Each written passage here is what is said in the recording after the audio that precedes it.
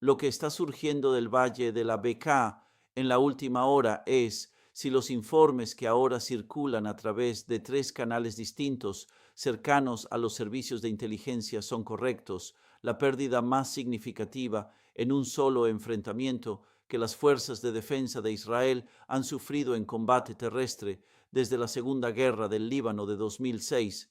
Están apareciendo informes y quiero ser preciso respecto a la situación de las fuentes, porque la honestidad intelectual así lo exige, de que una columna blindada israelí que operaba en la parte central del Valle de la Bekaa ha sido alcanzada por una emboscada coordinada de una escala y una sofisticación que la postura operativa actual de las FDI en ese teatro no estaba estructurada para absorber.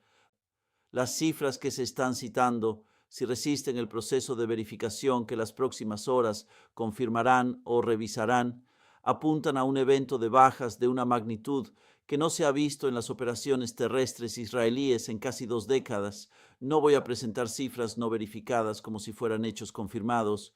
Lo que sí voy a hacer es explicarles qué nos indican el panorama operativo, el terreno, la arquitectura defensiva conocida de Hezbollah en la Bekaa y los sistemas de armas que, según los informes, habrían sido utilizados.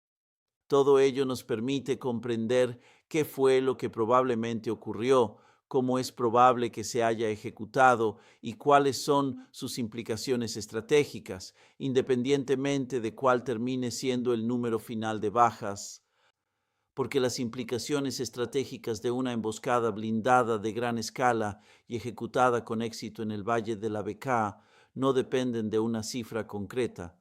Dependen de la realidad operativa de lo que significa que una fuerza defensiva de Hezbollah desplegada en un terreno que lleva preparando precisamente para este tipo de enfrentamiento durante casi 2 décadas haya logrado ejecutar una emboscada coordinada desde múltiples direcciones contra una columna blindada israelí en el corazón del valle que conecta el interior del Líbano con Siria y a través de Siria con toda la arquitectura de reabastecimiento iraní. Esa realidad operativa es la que quiero analizar esta noche y lo que voy a explicarles desafiará muchas de las suposiciones que han absorbido de la cobertura dominante sobre las operaciones terrestres israelíes en el Líbano. Quédense conmigo porque las 4 preguntas que voy a desarrollar durante los próximos 40 minutos definen todo lo que realmente importa en este momento. Primero, ¿qué representa realmente el Valle de la Bekaa como entorno militar operativo? ¿Y por qué Hezbollah ha pasado 20 años convirtiéndolo en el terreno defensivo más preparado y letal de todo Oriente Medio? Segundo, ¿cómo se ejecuta una emboscada coordinada de gran escala contra una fuerza mecanizada moderna equipada con algunos de los sistemas de protección activa más sofisticados del mundo? ¿Y qué nos dice la firma operativa específica de este enfrentamiento sobre las armas, las tácticas y la inteligencia de objetivos que empleó Hezbollah? Tercero, ¿qué significa un evento de bajas de la magnitud que se está reportando para la postura operativa terrestre de las fuerzas de defensa de Israel en el Líbano en este momento específico del conflicto? ¿Y por qué el momento en que ocurre este enfrentamiento es tan importante como el enfrentamiento mismo? Y cuarto, cuando Washington asimile las implicaciones de lo que acaba de ocurrir en la Bekaa y las incorpore al panorama operativo acumulado de este conflicto, ¿qué opciones seguirán disponibles y cuál de ellas implicará costos que el entorno político interno de Estados Unidos realmente pueda sostener? Si han estado siguiendo este conflicto y buscan un análisis que vaya más allá de los titulares y profundice en la arquitectura operativa que los produce, suscríbanse ahora y continúen conmigo. Denle me gusta. Compartan este análisis con cualquiera que entienda que lo que surja del Valle de la Bekaa en las próximas 24 horas definirá el rumbo de este conflicto durante meses. Dejen su evaluación en los comentarios. Leo cada uno de ellos. Ahora entremos de lleno en el análisis. El Valle de la Bekaa no es simplemente un terreno, es una condición estratégica. Quiero que comprendan esa diferencia antes de seguir avanzando, porque toda la lógica operativa de lo que Hezbollah ha construido en ese entorno y de aquello en lo que las fuerzas terrestres israelíes se habrían adentrado durante este enfrentamiento reportado surge precisamente de esa realidad geográfica. El valle se extiende aproximadamente 180 kilómetros de norte a sur entre la cordillera del Monte Líbano al oeste y la cordillera del Antilíbano al este. Su anchura oscila entre 8 y 16 kilómetros a lo largo de la mayor parte de su extensión operativamente relevante. Se encuentra a una altitud aproximada de entre 900 y 1100 metros sobre el nivel del mar, lo que significa que los accesos desde la llanura costera libanesa obligan a las fuerzas mecanizadas a ascender por pasos montañosos que comprimen las columnas de vehículos en formaciones lineales predecibles con muy poco margen para realizar maniobras tácticas. Una vez dentro del fondo del valle, el terreno presenta un problema diferente, pero igualmente complejo para una fuerza blindada atacante. El fondo del valle es relativamente plano y abierto, lo que podría parecer una ventaja para quien dispone de carros de combate. Sin embargo, en un entorno defensivo preparado, un terreno abierto y plano no representa una ventaja para el atacante, representa una solución de tiro para el defensor. Cada vehículo que se desplaza por el fondo del valle es visible desde las zonas elevadas situadas en ambas líneas de crestas laterales. Cada movimiento de una columna puede ser observado desde posiciones que no pueden ser suprimidas fácilmente por los propios vehículos observados. Cada ruta de aproximación es conocida con antelación porque existen muy pocas y no cambian.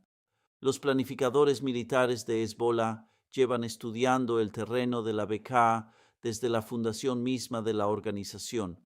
La infraestructura defensiva construida en las crestas, las posiciones subterráneas, las posiciones de combate preparadas, los depósitos de armas previamente establecidos y la arquitectura de comunicaciones que conecta toda la red defensiva han estado sometidos a un proceso continuo de desarrollo y mejora durante casi 2 décadas.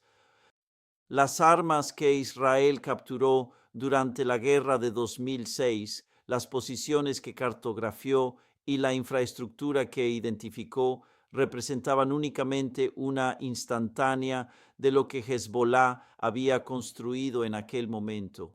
Lo que existe hoy en esas crestas y en la red subterránea bajo el valle no es simplemente una versión más grande de aquella infraestructura de 2006. Es una arquitectura militar completamente distinta, diseñada específicamente a partir de las lecciones que Hezbollah extrajo de aquella guerra acerca de cómo combate Israel, cómo se comportan los blindados israelíes desde la perspectiva de una posición defensiva y qué armas y tácticas son necesarias para derrotarlos. Quiero ser muy claro sobre un aspecto que la cobertura occidental de la capacidad militar de Hezbollah suele interpretar de forma errónea. No porque los periodistas que cubren el conflicto sean incompetentes, sino porque el marco analítico con el que evalúan a Hezbollah está basado en supuestos que el desarrollo operativo de este conflicto ha ido invalidando sistemáticamente. Hezbollah no es una milicia, no lo ha sido en ningún sentido operativo realmente significativo desde hace al menos 15 años. Es una organización militar de armas combinadas con un orden de batalla definido, una arquitectura de mando y control, un aparato de inteligencia, un sistema logístico y un inventario de armamento que muchos ejércitos estatales de la región envidiarían. Esa distinción es importante porque determina qué tipo de emboscada puede ejecutarse en el Valle de la Bekaa y qué tipo de emboscada describen los informes conocidos durante la última hora. Una milicia ejecuta emboscadas de oportunidad, coloca combatientes ocultos a lo largo de una ruta por la que cree que pasará el enemigo y abre fuego cuando surge la oportunidad.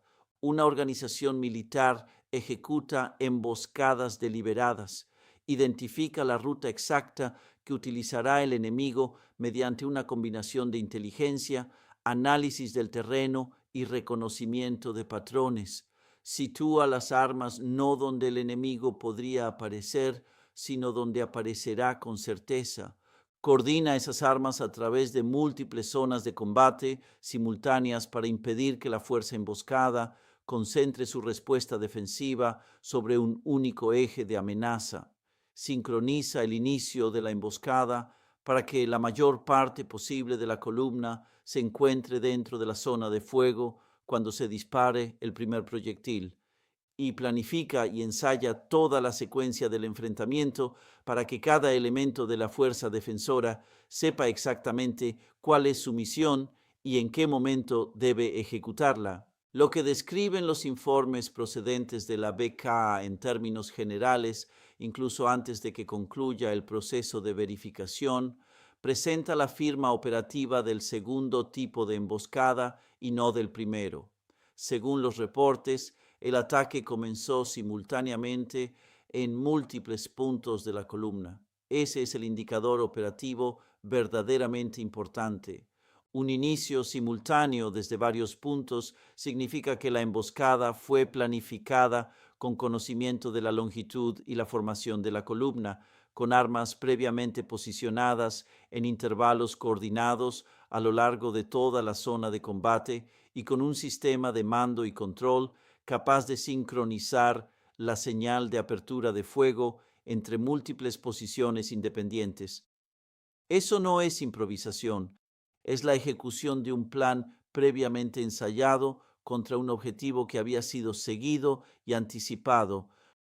Ahora quiero explicar el panorama de las armas, porque los informes sobre los sistemas utilizados en este enfrentamiento nos dicen algo importante acerca de cómo ha evolucionado la capacidad antiblindaje de Hezbollah desde 2006 y por qué los sistemas de protección activa instalados en los vehículos israelíes, por muy avanzados que sean, afrontan un desafío completamente distinto en una emboscada coordinada, simultánea y desde múltiples direcciones respecto a los enfrentamientos secuenciales para los que fueron optimizados. El carro de combate Merkava 4, equipado con el sistema de protección activa Trophy, sigue siendo uno de los vehículos blindados con mayor capacidad de supervivencia del mundo en la mayoría de los escenarios de combate. Trophy es un sistema de protección activa de destrucción directa. Detecta los misiles antitanque y las granadas propulsadas por cohete que se aproximan, calcula la geometría de interceptación y dispara una nube de fragmentos para destruir el proyectil antes de que alcance el vehículo. Frente a una única amenaza entrante, Trophy ha demostrado una fiabilidad muy elevada en múltiples combates, tanto en Gaza como en la frontera con el Líbano. Sin embargo, frente a dos amenazas simultáneas procedentes de direcciones diferentes, su rendimiento comienza a degradarse, ya que debe dividir sus recursos de interceptación entre varios cálculos simultáneos. Cuando las amenazas aumentan a 3, 4 o 5 proyectiles, llegando al mismo tiempo desde distintos ángulos, la capacidad matemática de un único sistema de protección activa queda superada. El sistema puede enfrentarse a una amenaza, tal vez a 2, no puede interceptar 5 al mismo tiempo. Eso es precisamente lo que crea una emboscada coordinada desde múltiples ejes dentro de la geometría del Valle de la Bekaa. Posiciones de disparo en la cresta occidental, posiciones en la cresta oriental, fuego directo desde la parte frontal de la zona de combate, fuego desde la retaguardia. Todo ello genera una geometría de amenazas en la que no existe un solo ángulo realmente protegido. Cada vez que un vehículo orienta su blindaje frontal para ofrecer su parte más resistente frente a una amenaza, expone automáticamente sus laterales o su parte trasera a los disparos procedentes de otra dirección. Esa realidad geométrica no representa un fallo del diseño de los blindados israelíes. es una limitación física que afecta a cualquier vehículo blindado construido en el mundo. Ningún sistema de protección activa puede interceptar simultáneamente amenazas que llegan desde todos los puntos del horizonte. Un entorno defensivo preparado, con armas situadas específicamente para explotar esa limitación, derrota a los sistemas de protección activa no gracias a una tecnología superior, sino gracias a un posicionamiento superior. Los informes indican que entre las armas empleadas habría misiles guiados antitanque, incluidas variantes del sistema Cornet que Hezbollah utiliza en cantidades importantes desde comienzos de la década de 2000, además de lo que parece ser una nueva generación de municiones antiblindaje de alta precisión cuya identificación exacta conviene tratar con cautela hasta que los análisis técnicos realizados en el lugar del enfrentamiento aporten mayor claridad. Lo verdaderamente importante desde el punto de vista operativo no es la denominación concreta de esas armas, sino la forma en que fueron empleadas. Ataques simultáneos desde múltiples posiciones preparadas contra una columna cuya longitud, formación y entrada en la zona de combate habían sido previamente seguidas y anticipadas. Ese método de empleo derrota la protección activa mediante la geometría del combate, reduce la supervivencia de los vehículos aumentando la probabilidad acumulada de impactos y limita drásticamente las opciones tácticas disponibles para los comandantes, asegurando que cualquier movimiento del vehículo lo introduzca todavía más en la zona de destrucción en lugar de permitirle escapar de ella. La cuestión de la supervivencia de las tripulaciones merece un análisis detenido porque está directamente relacionada con los informes sobre las bajas y porque es un aspecto en el que, a mi juicio, la comprensión pública de lo que realmente implica el combate blindado moderno sigue siendo muy incompleta. La filosofía de diseño del Merkava siempre ha priorizado la supervivencia de la tripulación por encima de otros parámetros. El motor está situado en la parte delantera del vehículo en lugar de la trasera, proporcionando una capa adicional de protección entre una amenaza procedente del frente y el compartimento de la tripulación. Este compartimento está rodeado por múltiples capas de blindaje compuesto. El vehículo fue concebido para mantener con vida a su tripulación, incluso cuando el propio carro resulta gravemente dañado. En enfrentamientos donde un vehículo recibe el impacto de una sola arma, esta filosofía de diseño produce tasas de supervivencia realmente impresionantes. El vehículo puede quedar destruido, pero la tripulación frecuentemente sobrevive. Sin embargo, cuando varios proyectiles impactan simultáneamente sobre un mismo vehículo desde diferentes direcciones, el cálculo de supervivencia cambia por completo. Un vehículo alcanzado al mismo tiempo por cargas huecas desde el frente, los flancos y la parte trasera deja de tener un ángulo protegido. Los efectos acumulativos de penetración y fragmentación de múltiples impactos simultáneos superan la arquitectura de protección diseñada para mantener con vida a la tripulación en un escenario de un solo impacto. Las cifras de bajas que se están reportando, y quiero insistir una vez más en que siguen siendo informes no verificados que las próximas horas confirmarán o modificarán de manera significativa, son compatibles con lo que suele producir un escenario de múltiples impactos contra una columna compuesta por varios vehículos cuando estos reciben amenazas simultáneas desde distintas direcciones en un terreno que limita la dispersión e impide mantener el espaciamiento táctico necesario para reducir la concentración de vehículos dentro de una misma zona de combate. Esto no constituye una crítica al entrenamiento ni al valor de las fuerzas israelíes. Es simplemente una descripción de las consecuencias físicas que afrontan los vehículos blindados cuando operan dentro de una zona de combate comprimida frente a un defensor preparado que ha colocado sus armas para lograr impactos simultáneos desde varios ejes. El momento en que se habría producido este enfrentamiento resulta tan importante como el propio enfrentamiento.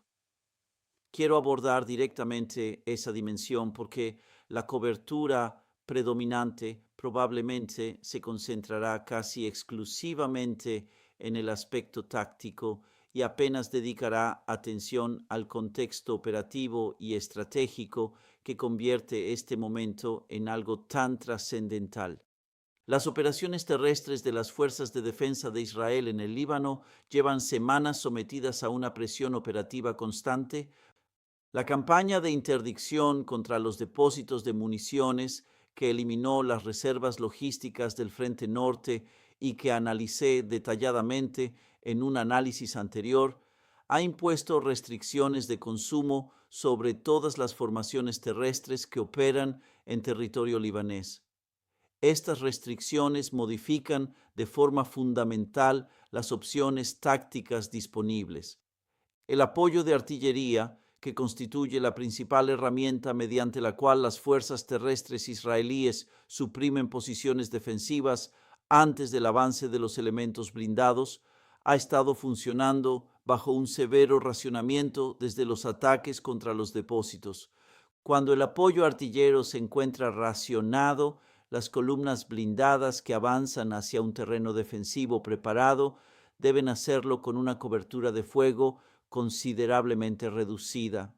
Una cobertura de fuego reducida implica que la supresión previa de posibles posiciones de emboscada resulta mucho menos exhaustiva. Y una supresión menos completa significa que posiciones de disparo que, en otras circunstancias, habrían sido identificadas y neutralizadas antes de que la columna entrara en la zona de combate, permanecen activas y listas para abrir fuego cuando la columna llega. La relación entre los ataques contra los depósitos de municiones y la vulnerabilidad que habría permitido esta emboscada no es una coincidencia, es una relación causal. La planificación operativa iraní contra la infraestructura militar israelí ha seguido una secuencia deliberada. Los ataques contra los puertos afectaron la infraestructura de reabastecimiento. Los ataques contra las bases redujeron la capacidad aérea. Los ataques contra los depósitos eliminaron reservas críticas de municiones. Cada fase creó las condiciones necesarias para la siguiente. La vulnerabilidad de las fuerzas terrestres que esta emboscada en la Bekaa podría haber explotado representa la cuarta consecuencia secuencial de una campaña operativa que venía construyendo este resultado específico desde su fase inicial. Ese encadenamiento constituye el punto analítico más importante que puedo señalar sobre este enfrentamiento. Y es precisamente el aspecto que la cobertura centrada únicamente en el nivel táctico probablemente pasará casi por alto. No estamos ante un hecho aislado. Se trata del resultado operativo de una campaña diseñada específicamente para crear las condiciones en las que las fuerzas terrestres israelíes ingresaran al entorno defensivo preparado de la Bekaa con menor apoyo de artillería, menor cobertura aérea, menores opciones de reabastecimiento y una flexibilidad operativa considerablemente reducida. Hezbollah no necesitaba derrotar a los blindados israelíes en un enfrentamiento equilibrado. La campaña que precedió al enfrentamiento reportado se encargó de que, cuando esos blindados entraran en la Bekaa, no estuvieran entrando en un combate en igualdad de condiciones. La dimensión relacionada con Washington es el punto donde las implicaciones estratégicas dejan de ser regionales para convertirse en un asunto de alcance global. Y quiero ser tan directo como me permite la responsabilidad profesional al describir cuál parece ser el panorama de la respuesta estadounidense en este momento. El compromiso militar de Estados Unidos con el éxito operativo israelí en este conflicto se ha manifestado principalmente a través de dos canales. El primero consiste en transferencias urgentes de armamento destinadas a compensar el consumo de municiones y las pérdidas de depósitos provocadas por la campaña iraní de interdicción. El segundo ha sido el respaldo diplomático y político que mantiene el espacio internacional dentro del cual continúan desarrollándose las operaciones militares israelíes. Ambos canales están ahora sometidos simultáneamente a presión como consecuencia de los acontecimientos operativos registrados durante las últimas 72 horas.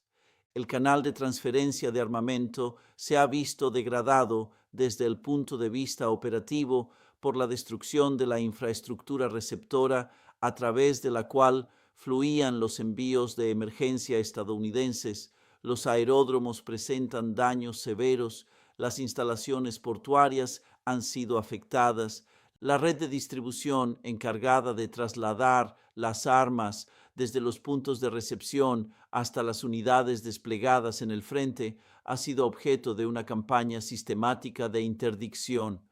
Los planificadores logísticos estadounidenses han trabajado para construir rutas alternativas de suministro desde los ataques contra los depósitos de municiones. Sin embargo, ninguna de esas rutas alternativas ofrece una capacidad de transporte que se acerque siquiera al ritmo de consumo que exige un combate terrestre activo en el Valle de la Bekaa. El canal diplomático también está sometido a una presión creciente por parte de una comunidad internacional que observa cómo aumentan los informes de bajas procedentes de las operaciones en el Líbano y cuya disposición a seguir ofreciendo a Israel el margen político necesario para continuar sus operaciones constituye un recurso limitado que disminuye con cada nuevo episodio de grandes pérdidas humanas. Un informe de una emboscada con un número de bajas de esta magnitud, incluso antes de ser verificado, provocará reacciones en las capitales europeas, en el Consejo de Seguridad de las Naciones Unidas y dentro del propio debate político estadounidense, restringiendo aún más la libertad de acción de Washington. Las conversaciones telefónicas que se están produciendo en este momento entre Washington y Tel Aviv no son conversaciones entre un patrocinador dispuesto a ofrecer apoyo ilimitado y un aliado que simplemente solicita aquello que necesita. Son conversaciones entre un gobierno al que se le pide mantener un nivel de apoyo cuya capacidad operativa para proporcionarlo y cuya capacidad política para sostenerlo están siendo sometidas a una presión creciente para reducirse. He observado a presidentes estadounidenses gestionar exactamente esta dinámica. He visto durante suficiente tiempo la diferencia entre el compromiso público y la verdadera capacidad operativa y política necesaria para cumplirlo, como para reconocer esa diferencia cuando la observo desde fuera. Lo que percibo en la postura de respuesta de Washington desde que comenzaron a surgir los informes sobre la beca apunta a un gobierno que está llevando a cabo una reevaluación interna urgente sobre lo que realmente implica continuar respaldando las operaciones terrestres israelíes en el Líbano y cuáles serían las consecuencias reales de intentar hacerlo.